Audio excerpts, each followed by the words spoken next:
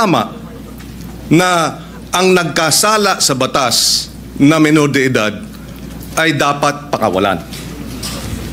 Number 3, hindi rin tama na kapag ikaw ay below 15 at up to 9 years old at ikaw ay nagkasala, ay dapat kang pakawalan.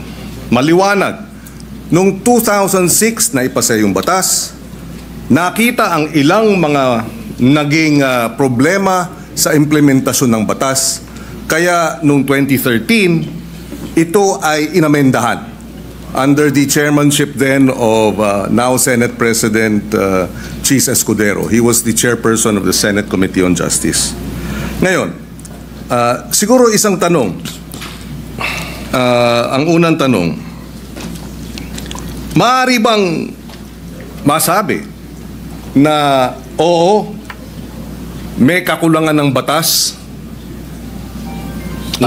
ngunit mas marami ang kakulangan sa implementasyon kaysa sa batas mismo? Una po, linawin ko po sa ating kaibigan, Senator Kiko Pangilinan, wala po akong sinabi na kulang ang batas. Ang sabi ko po ay napakaganda ng batas na ito. Hindi lang po siya napapanahon ngayon. Sa pangalawang tanong po, totoo po yan, sa maiksing panahon ko po dito sa Senado, napakadami pong magagandang batas. Sobrang gagandang batas, hindi po talaga na-implement. Hindi lang po sa usapin na ito. Usapin lang ng agrikultura, number 1 na yun. Public information, number 2 na yun. Pero ito pong tanong nyo po, totoo po yan. Implementasyon ang kulang. Pero alam nyo naman po sa buhay ng... Ito lang po, opinion ko lang po ito, no? Dahil ako po ay hindi ko naman po itinatago na tayo po'y galing dyan sa ganyang klaseng buhay. Yung mga ganito po kasi, alam nyo, minsan iisipin natin ang mga kriminal bobo, kriminal tanga, kriminal walang isip. Gusto ko pong sabihin sa inyo, nagkakamali po tayo. Yan ho ang mga pinaka may brilliant mind, ano? Kung gusto nilang gumawa ng krimen at gusto nilang gamitin po talaga yung mga bata, talaga pong magagamit po nila. Kaya ulitin ko po, Senator Kiko, wala po akong nakitang hindi maganda sa batas po ninyo. Ako po'y naniniwala dito sa batas po ninyo. Kaya lang po, kailangan po natin mag-adjust po sa panahon po ngayon. Maraming salamat sa paliwanag at sa kasagutan. Kanina nabanggit nung in-interview na kabataan na kaya nila ginawa yung batas, yung kriminalidad. Kaya sila gumawa ng krimen ay dahil hindi sila mapaparusahan. Tama yun, hindi ba? Tama yung kanilang, yung bitiw na salita. Tama ba yun sa ilalim ng batas na pag sila'y gumawa ng kriminalidad o krimen ay hindi sila mapaparusahan? Sa usapin po ng, kasi ganito po yan, no? Napakaganda po nung inyo pong katanungan. Ang bata kasi, kahit sila, lalahatin ko na po, ano? Kasi ganito yan, Pagka sinabi mong pananagutan, ang kaduktong po nun, dapat may parusa. Kasi kung pananagutan, oo, may pananagutan, sinabihan siya, ginawa mo yan, kaya ganito muna ang mangyayari sa'yo, dadaling ka muna dito sa Bahay Pag-asa, dadaan ka dito sa matinding intensive na masasabi nating psychological and moral and lahat na po, no? Sabihin natin. Alam niyo po, Senator Kiko, sa 3 years and a half ko po sa Bilibid, hindi ko naman po nila lahat, ano? Pero wala na pong pinakamagagaling na artista kundi kriminal. Kapag kaharap niyo po yan, lahat ng drama, lahat na po, sabihin niyo po, lahat ng kalungkutan, lahat ng pinagdadaanan niya, sasabihin sa inyo. Pero pag talikod po ng nag-i-interview dyan, halimbawa ng empleyado, yung sabihin gwardiya, o ng probation officer, pag talikod po nun, pagbalik nyo sa selda, bubuksan yung wallet niya, papakita sa iyo yung dyaryo, itong pinatay ko, pare. Ganyan po ang criminal mind. Hindi ko naman po inilalahat, pero pagka sinabi po natin kasi ng pananagutan, dapat nagbabayad ka ng kasalanan, hindi lang binasa sa'yo. Hindi yung parang gumawa ka ng isang karumal-dumal na krimen, ito po nakita ko po ito dahil ako po ay kagyat na pumunta sa Camarines Norte nung ni-rape nila yung batang, ano po ito Senator Kiko magkakaibigan po ito. Yung babae ni-rape nila, binidyo nila, lahat, pinatay, lahat po, binidyo, hanggang naagnas yung bata, binidyo. Pagdating po, kasama po ako doon, nung dinala po doon sa Bahay Pag-asa, ang sabi nung bata, hahantingin ko kayo. Sabi doon sa mga, papatayin ko kayo. Sabi doon sa mga pulis. Ilang taon yung batang yun? 13 po. At ilang taon yung grupo sila, hindi ba? Grupo po. 13, 15, yung isa po 16. Yung bata pong ni-rape nila, 13 din. Yes. Okay. Kaya ako tinatanong yun dahil yung bitiw na salita ng bata dito sa video na sinasabing ginawa namin ng krimen dahil alam namin hindi kami mapaparusahan ay maling impormasyon. Hindi tama na hindi sila mapaparusahan. At yung mga edad 16, 15, oo, menor de edad, pero maliwanag sa batas na maaari silang litisin bilang mga nasa hustong gulang na kapag napatunayan na meron silang discernment.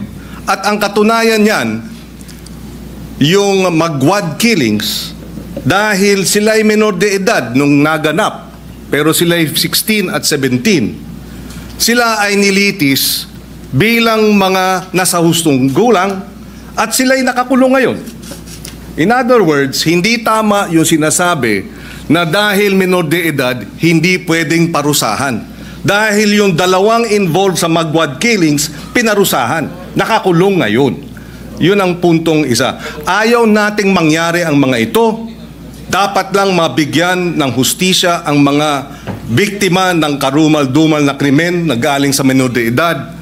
Subalit hindi tama pag sinabing kapag menor de edad dapat pakawalan, number one, dahil pag pinakawalan yan, labag sa batas yan at dapat parusahan yung mga nagpapakawala ng mga menor de edad na nagkasala. Yan ang batas.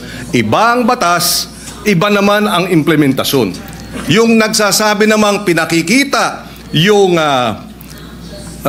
birth certificate, may pananagutan din ang mga magulang sa ilalim ng batas. At yung mga nagsasabing ginagamit ng mga bata, may pananagutan din sa nasabing batas. In fact, ang parusa dun sa mga gumagamit ay yung maximum na maaring maging parusa dun sa krimen na isinagawa ng mga bata at ginamit ng mga sindikato.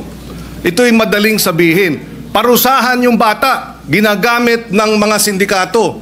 Bakit hindi habulin yung mga sindikato? Kasi mas madaling parusahan yung bata. Mahirap parusahan yung mga sindikato. Dahil yun makapangyarihan. Yung bata, vulnerable. Ginamit na ng mga sindikato, exploited na, biktima na, dahil ginagamit at kinakasangkapan, at mabibiktima ulit ng Estado dahil kailangan silang parusahan at ikulong.